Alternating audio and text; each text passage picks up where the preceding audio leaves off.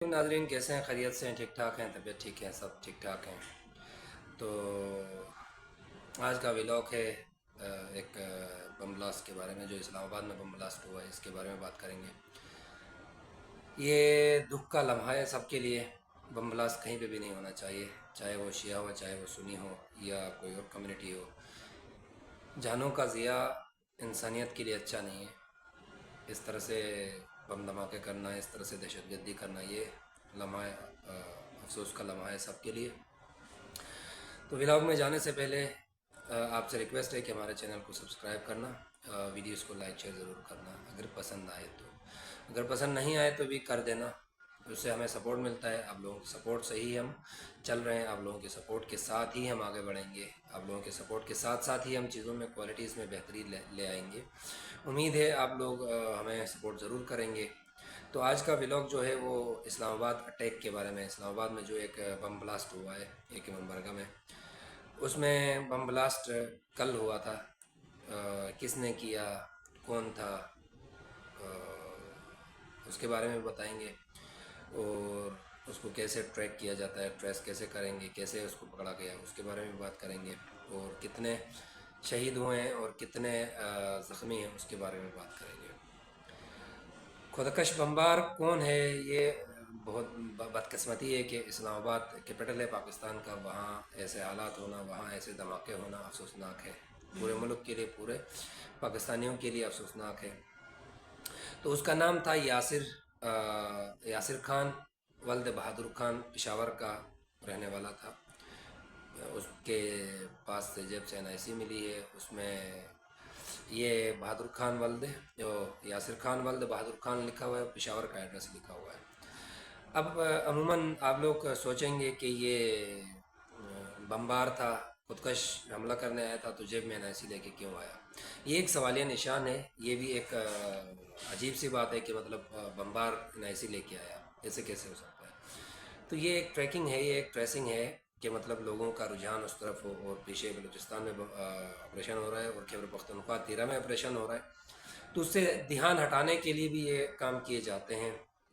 NIC रख दिए। अब लोगों का, सिक्योरिटी फोर्सेस का, आम पब्लिक का रुझान उस तरफ होगा कि यार पेशावर का कोई ज़ख्मी वो बमबार था, उसने बम धमाका किया है। हम अफ़गानिस्तान का नाम लेते हैं, हम इंडिया का नाम लेते हैं, हम इसराइल का नाम लेते हैं, हम दाइश का नाम लेते हैं।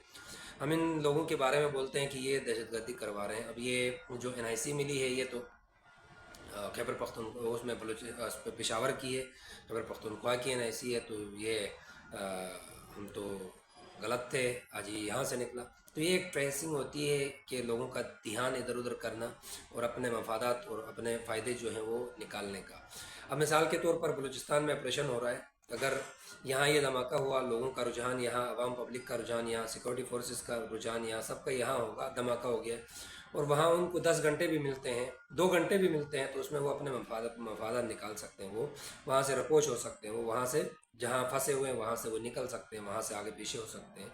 तो एक बड़ा, बहुत बड़ा गेम होता है, बहुत बड़ा मतलब मसला है कि वैसे ही वहाँ से वो फ़रार होने में कामयाब हो जाते हैं। तो ये भी पॉसिबिलिटी कि ये भी हो सकता है।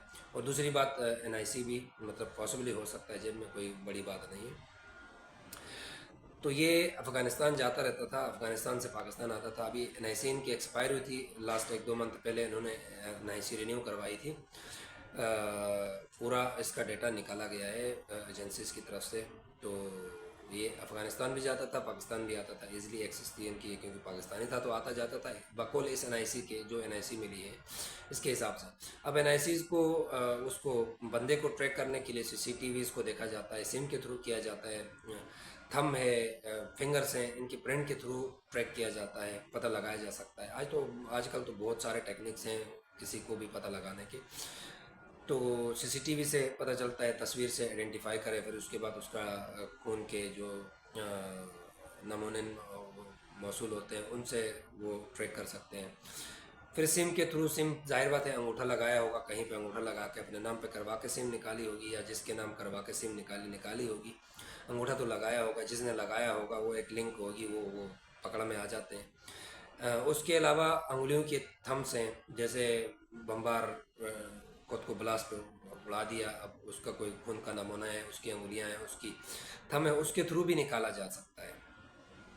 تو یہ جان بوجھ کے بھی کیا جا سکتا ہے، کیونکہ NIC رکھ کے جانا تاکہ لوگوں کا رجحان ادھر ہو، آگے پیچھے جو مفادات ہیں 13 میں اور بلوچستان میں وہ ان سے وہ رپوش ہو سکیں، وہ آگے پیچھے ہو سکیں، پھنسے ہوئے جو ہیں ان کے دہشت گرد وہ.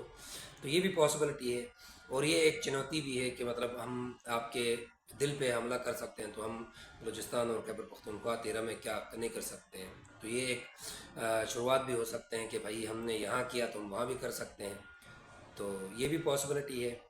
تو اس میں بہت سارا مطلب نقصان ہوا ہے کہ مبارکے میں دھماکہ ہوا، اس کے بعد وہاں بھگدڑ مچ گئی، لوگوں کی شور شرابہ، لوگوں کا شور، لوگوں کی ڈیتھ، باڈی پارٹس ڈفرینٹ جگہوں پہ پڑی نظر آئی.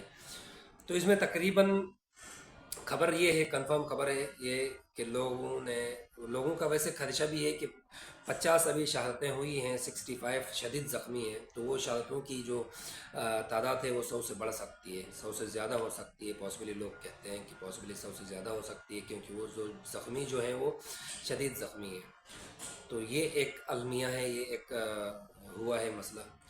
تو اس میں پھر ظاہر بات ہے انویسٹیگیشنس ہوں گی، اور اس کے بعد جو بھی کام پہ پہنچا جائے گا وہ کیا جائے گا. تو آپ لوگوں کی کیا رائے ہے؟ آپ لوگ اپنی رائے ہمارے کمنٹس میں بتا دیجیے گا. انشاءاللہ پھر ملتے ہیں دوسرے بلاگ میں.